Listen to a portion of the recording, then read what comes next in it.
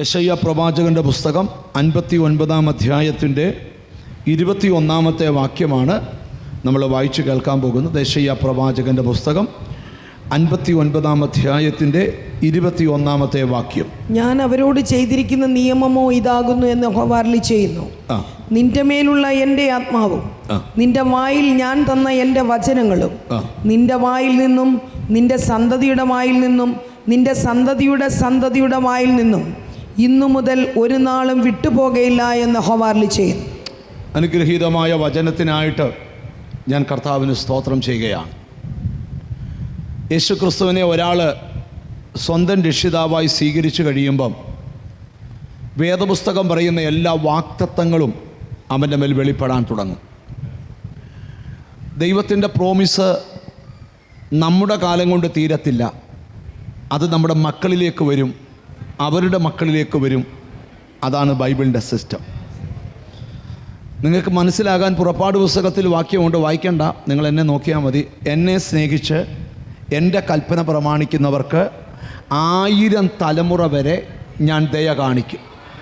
അതായത് നമ്മളിൽ ആരംഭിച്ചത് ദൈവത്തിന് സ്തോത്രം അടുത്ത ജനറേഷനിലേക്കും അതിൻ്റെ അടുത്ത ജനറേഷനിലേക്കും ആമി സ്തോത്രം ആമി ഒഴുകുക തന്നെ ചെയ്യും.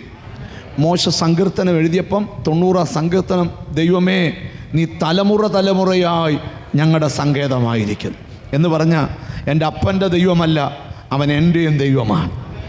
സ്തോത്രം, ശ്രദ്ധിക്കണം. പക്ഷേ വേദപുസ്തക ഭാഷയിൽ പഠിക്കുമ്പം അബ്രഹാമിൻ്റെ മകനായ ഇസഹാക്ക്, അബ്രഹാമിൽ പകർന്ന അനുഗ്രഹം ഇസഹാക്കിലും പകരപ്പെട്ടു. ഇസഹാക്കിൽ പകർന്ന അനുഗ്രഹം യാക്കോബിൽ പകരപ്പെട്ടു. യാക്കോബിൽ പകർന്ന അനുഗ്രഹം ഇസ്രായേൽ മക്കൾ 12 ഗോത്രങ്ങളിൽ പകരപ്പെട്ടു. പക്ഷേ അവരുടെ കാലം കഴിയുമ്പം സംഭവിക്കുന്നത് എന്താണെന്നറിയാമോ? സ്തോത്രം, ആ തലമുറ ദൈവത്തിൽ നിന്ന് അന്യപ്പെട്ടു പോയി. ദാവീദ് എത്ര കരുത്തനായ ദൈവപുരുഷനായിരുന്നു, ആ തലമുറയിൽ ശലോമോൻ ദൈവത്തിൽ നിന്ന് വിട്ടുപോയി. ഏലി എത്ര നല്ല പുരോഹിതനായിരുന്നു, ആ തലമുറയിൽ നിന്ന് ഏലിയുടെ മക്കൾ നീചന്മാരും ദൈവത്തെ ഓർക്കാത്തവരുമായി തീർന്നു. ഞാൻ ഒരു സാമുദായിക സഭയിൽ നിന്നാണ് യേശുക്രിസ്തുവിനെ രക്ഷകനായി സ്വീകരിച്ചത്. ഞാനിപ്പോൾ ശുശ്രൂഷിക്കുമ്പോഴൊക്കെ എനിക്കൊരു അനുഭവത്തോടാണ് ഞാൻ കർത്താവിൽ വന്നത്. പക്ഷേ ആ അനുഭവം എൻ്റെ മക്കൾക്കുണ്ടാകണമെന്ന് നിർബന്ധമില്ല. ഞാൻ ചോദിക്കുന്നൊരു ചോദ്യം നിങ്ങളോട്, ഇവിടെ ഇരിക്കുന്ന എത്ര പേർക്ക് സ്വർഗത്തിൽ പോകാൻ ആഗ്രഹമുണ്ട്? നന്നായിട്ടൊന്ന് കൈവോക്കി കാണിച്ച്. ഇങ്ങനല്ല, ഇങ്ങനെ എല്ലാ കൈയും പൊങ്ങുന്നുണ്ടോയെന്ന് അറിയാനാ. സ്വർഗത്തിൽ പോകാൻ താല്പര്യം, ആഗ്രഹമുണ്ട്, എല്ലാവർക്കും ഉണ്ട്.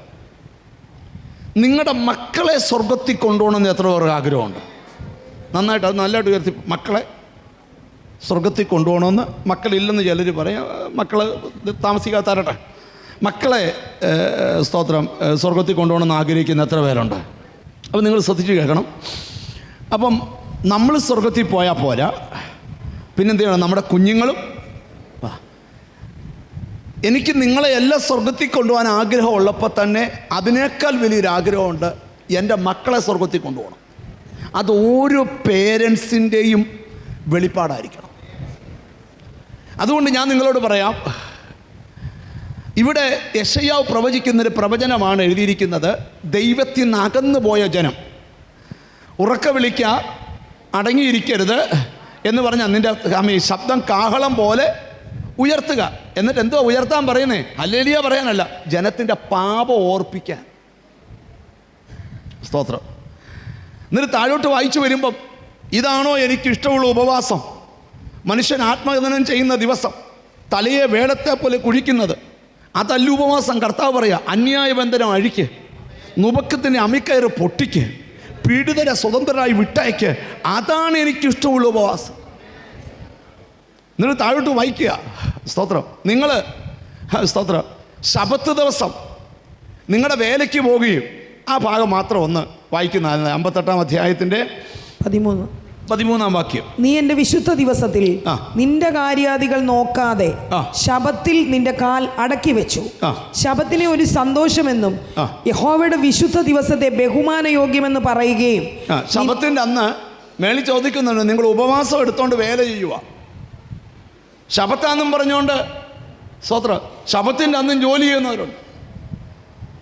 പിണങ്ങുമൊന്നും ചെയ്യല്ലേ.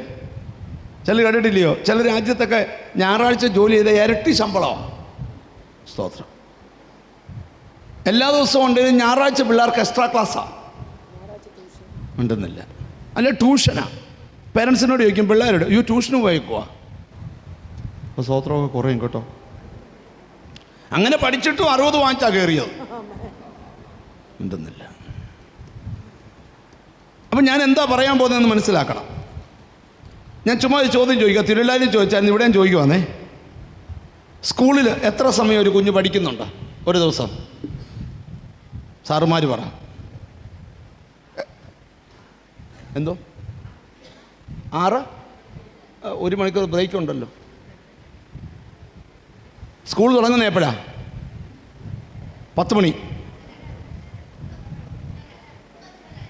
8:30 മൊത്തം കഴിഞ്ഞു ആട്ടെ.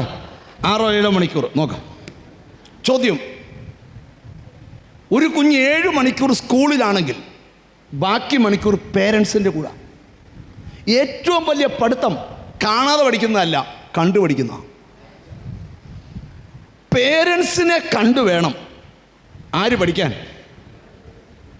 പേരൻസ് നുണ പറയുന്നവനാണ്. പിള്ളേർ കല്ല് വെച്ച നുണ പറയും.